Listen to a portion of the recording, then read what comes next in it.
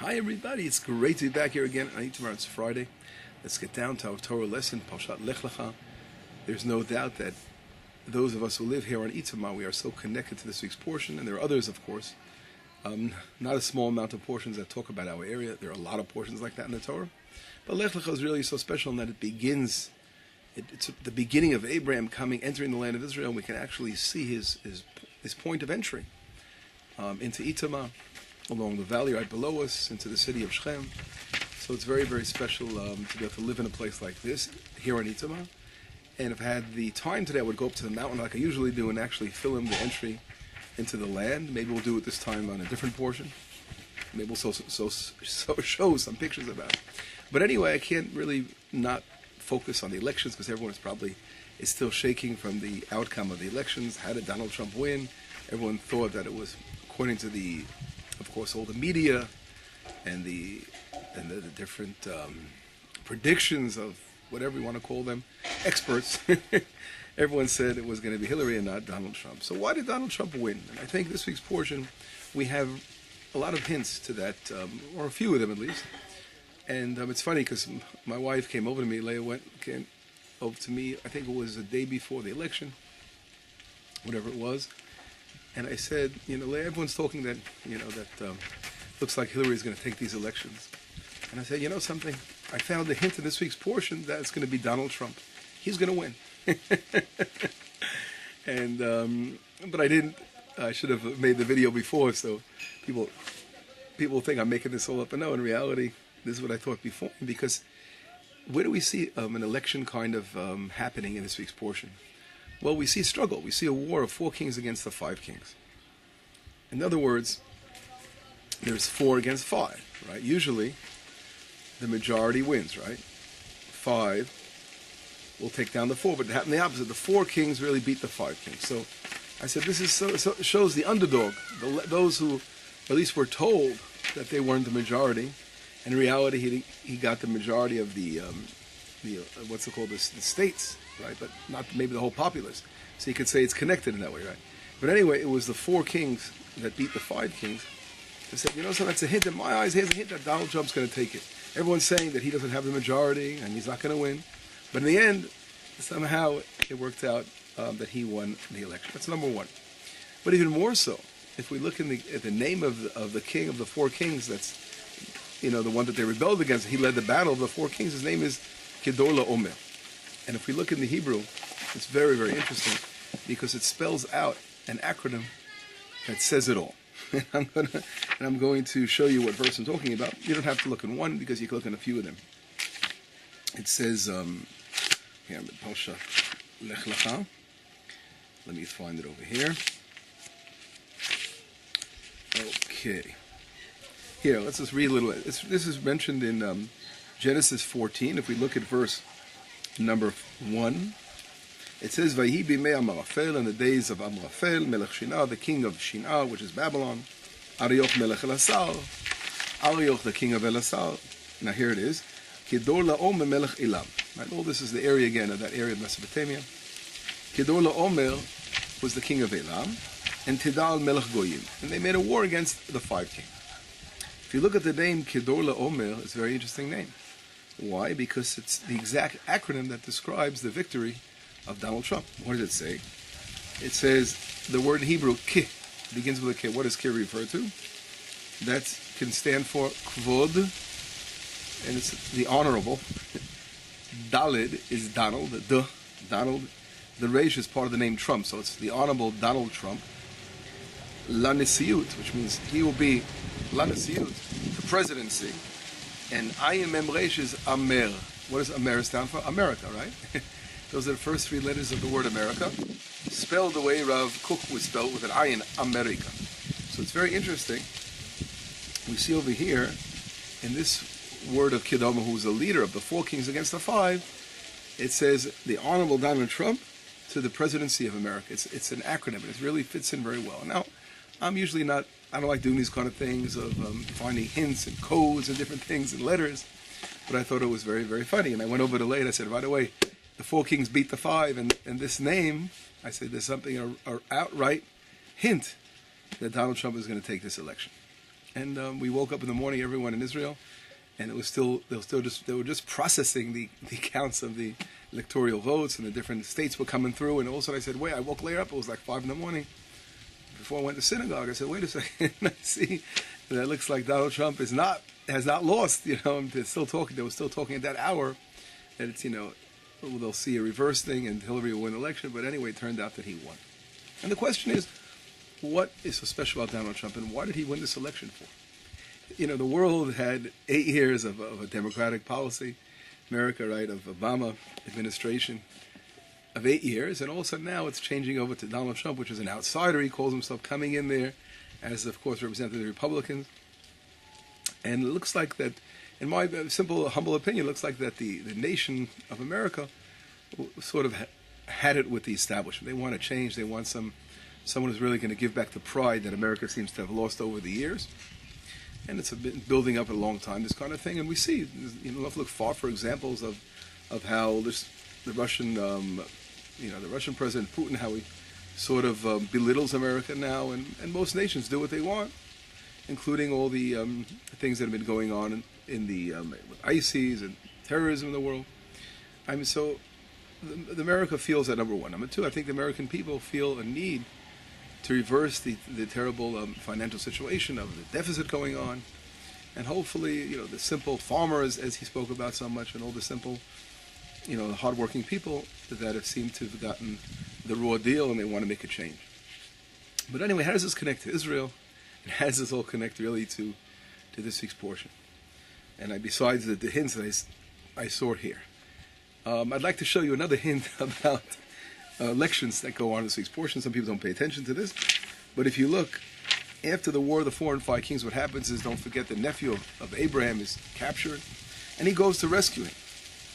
And then he goes out, and after Kedorlaomer is victorious, Abraham has to fight against him to try to rescue his nephew. So what happens is, right after he wins that battle and he rescues them, if we look in verse number 17 in chapter 14, what does it say? It says, "Vayetzei melech Sdom likrato acharei shuvo me'akot et Kedorlaomer v'et hamelachim asher ito." It says the king of Sdom, right? We all know the evil Sdom, right? Comes to greet Abraham after he strikes Kedorlaomer and the other kings that were with him. And where do they come? They come out to Emek Shaveh, to the valley of Shaveh. What does Emek Shaveh mean? If you look in the Targum Onkelos, he right away translates as Lemeshar Mafna, a valley that's clean. In other words, Rashi explains what he meant by that it was a valley that was clean of trees. It was just a very, very, very field, like a valley empty of trees. And it's called the Valley of the King. And Rashi right away adds on to that. He brings down a beautiful midrash. What does midrash say? It says, "Umidrash Agada Emek shehushvu sham kol umot." It says all the nations of the world became to an agreement in that valley.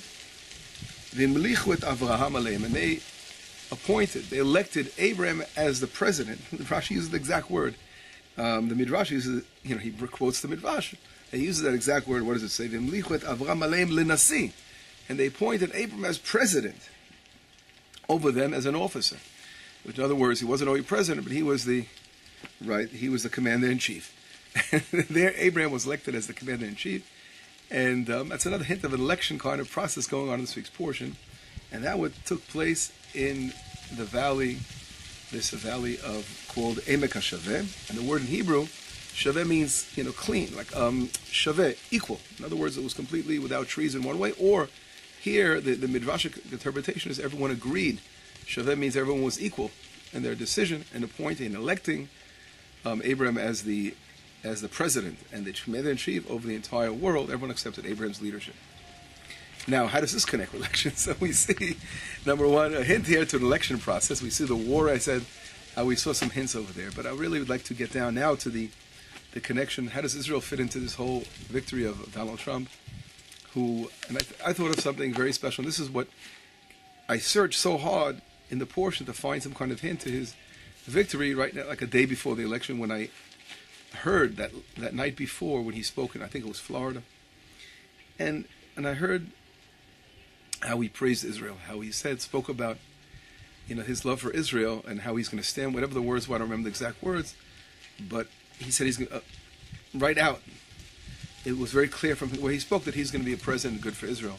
And of course, his vice president to be, for sure, if anyone saw the video that's been running around, the commitment with such a modesty. I think there's a certain modesty of the two men and a true love for Israel. That's what I felt, well, with the words that they said at least, that they're going to show a tremendous favoring to Israel, which includes moving over the embassy to Jerusalem, supporting the communities in Judea and Samaria. We do hope that we will see changes in that direction as well. But, and I thought after that, the last thing, right before the elections that took place was Donald Trump actually going out and praising Israel and talking good about Israel, sort of fit in with the words, those who bless you will be blessed. Exactly what it says right out. The blessing of Abraham, God says, those who bless you will be blessed themselves. And that's what happened. He came out and the last thing he did, he didn't have to speak about Israel. What was he throwing Israel in the picture for? But in reality, deep down, maybe he felt the connection of supporting Israel will bring him a blessing, will bring America a great blessing, which is true. God says it right out in the Torah, that those who support Abraham, support the people of Israel, will bring a blessing upon themselves. America, was for many, many years a very successful and a good country, taking in many different people and an example in many ways and in many good ways for a lot of good things going on. And unfortunately, we've seen a decline over the years. And I had one friend of mine spoke about it and said, here's another chance. God's giving another chance for America to turn around and really to return to where it was in the past. And we do hope that America, as in the past was a tremendous ally for Israel and a good friend of Israel, will begin to really show its friendship. And then, of course, it will bring about a success for America and America's people. That's for sure. No doubt one of the strong messages that come out here in this week's portion. Those who bless you will be blessed. And we do hope. And hearing the words again of Donald Trump, and we see how his love for Israel seems to be very, very clear and sincere. And that's something also I wanted to mention here, as we see Emek HaShaveh. Putting all this aside, what does everything have to always do with Israel for? And here we get to the crux of the matter. We know that Abraham, when he was in Mesopotamia, God told him to leave his homeland, the place where he lived, to come to the land of Israel, the place he will show you, bring him home to the land of Israel. Why couldn't he stay? Always the question we can ask ourselves, why couldn't Abraham stay out there in Galut, in exile, outside the land of Israel? If he was supposed to be a father of many nations, and to be a light to the nations, wouldn't it be easier for him to do so when he was out there amongst the nations? But God was saying, no, I want you to come to the land of Israel. From the land of Israel, you are going to be a lighthouse to the nations. In other words, you have to build your community, you have to build your land, the kingdom of God in Israel, and from Zion the Torah will come forth. In other words, the function of a light to the nations that comes from only living in the land of Israel, not being outside the land of Israel. And that's something very, very strong, a strong message we see from Abraham. Abraham has a dual function. On one hand, we know regarding Israel, it says, Am levadad eshkon. It says the nation will dwell alone, as a loner. On the other hand, we have a tremendous function of being light to the nation. So we have to always recognize our function as a nation and as a special entity that God created to build a kingdom in the land of Israel, as a people, and of course worry about our survival as a nation and how we grow spiritually and materialistically in the land. And that's a personal, you can say, it's not personal, it's for the entire nation of Israel, but in relations to the world, there's a personal kind of thing for Israel to build its nation. And on the other hand, we have this tremendous role and function as a light to the nations to go out and bring a message to the nations of the world of love, of teaching Torah, connection of spirituality to God in the world. And together, that's really the perfect, we call equilibrium, right? Both working together. And it can only happen from the land of Israel. I was actually blown away, and I don't want to get too involved in politics, but there was something going around the 5 towns, and some notable rabbis of the 5 towns actually wrote a letter right before, like a day before elections, showing their support to Democratic Party, Hillary, and there was a big, what's it called, explosion around that area. People were very upset. How can they give their political opinions now, or whatever it was right before? And me personally, would have felt hurt me personally. Out here, we're talking about Orthodox rabbis, and I'm not getting. They can personally vote for who they want to. I don't care who they vote for.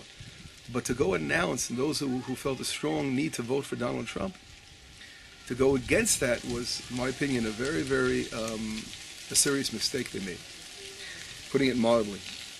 And the reason is that how do I choose to vote?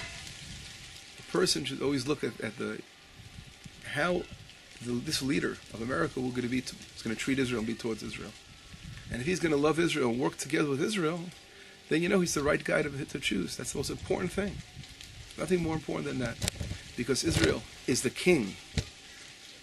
Is the king and the throne in the land of Israel. Israel, what do you mean the king? Let me talk about the expression, the king.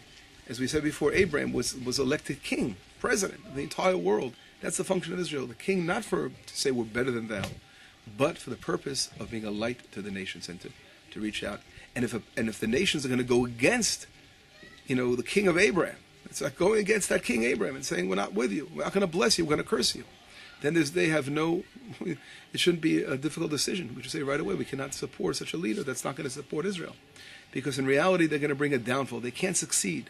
Any leader that truly goes against Israel, they cannot succeed in the world. They may succeed for a certain period of time. They think they're succeeding, but the time will come when they will collapse, because God said it right out. Those who support Israel will be blessed. And therefore, for me, it was a very easy decision.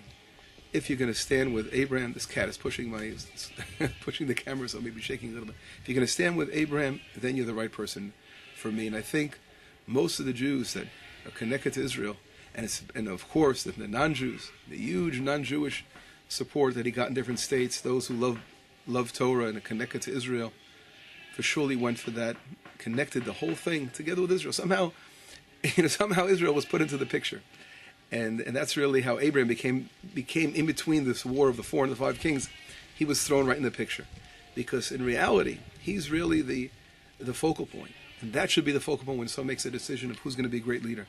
Of course, it's very important for the nation, the people of the nations. I'm talking about Jews, of course. Jews must vote someone who's good for Israel. Of course, we can't come against any American who goes against against that logic, because the citizens, they want what's better for them, and they can choose. And everyone has a right to choose, of course, what they want. But I'm saying, for a Jew, his number one choice for sure, he should be choosing a president that stands with Israel, because that's really, we know what the function of what a light to nations is about, and we know the truth. That's number one. And those rabbis that nevertheless wanted to support a Democratic candidate who was obviously not going to be a great friend of Israel, because they want to create a Palestinian state, and they want to give more concessions, which is going to bring trouble to Israel and bloodshed. Obviously, that's a terrible, terrible thing. And those rabbis that wanted to support that, if they want to do it quietly, let them do what they want. God will judge them, like God will judge everybody one day. But not to go out and make letters and write letters of support and causing people to be confused and losing, to lose their cool and causing a big argument. Whatever it was, that was disturbing. And therefore I said, I want to remind these particular rabbis, if they look in this week's portion, they see that everything, the blessing of Israel is only based on the fact that we come to the land of Israel. Here in the land of Israel is our place, is where we want to live. And from here we can be a light and reach out to the nations. And to go and try for all kinds of political reasons, maybe, why a person will make a different choice. We have to remember that that's a temporary existence of Jews in exile. We should be living in Israel. And the focal point, at least, should be for us as a nation, for Israel. And therefore, I think it was a grave mistake they made. But anyway, I could take 2 minutes to thank America, the wonderful people of America that are standing with Donald Trump, and they really want to change, as we said before. And I think a great number of them have the same feelings that he has towards Israel. And it shows that the American people love Israel, and they really feel a connection with the people of Israel, and a lot of them, and a great majority of them. And those people that feel that way, for sure, have awoken to a realization of what God says. Those who bless Israel will be blessed as well. And I think this partnership could work wonderfully and bring a blessing to Israel and America together, which eventually will bring a blessing to the world. When people stand with Israel, that is really going to weigh the scale and eliminate the evil in the world, because that's what God said, and we have to follow what the Torah says and what the Bible says. Those who bless you will be blessed. So anyway, let's hope, God willing, that the great words of standing with Israel and being with Israel will be brought into fruition. Because of course, saying something and then actually doing it is also very important. So we do hope that that Donald Trump, the new president, will follow through what he says about Israel, and let us all bless. Let us make a big blessing that really this should go. We should have a wonderful period, a new change in the world. And it should be a blessing for all of us, and happiness, and peace, and love, humanity, and let's see the evil of the world dissipate, and the true redemption come about. But anyway, a couple of words. I hope I made my message a little clear. But anyway, Shabbat Shalom, B'Sorot Tovot, Yeshuot V'Nechama.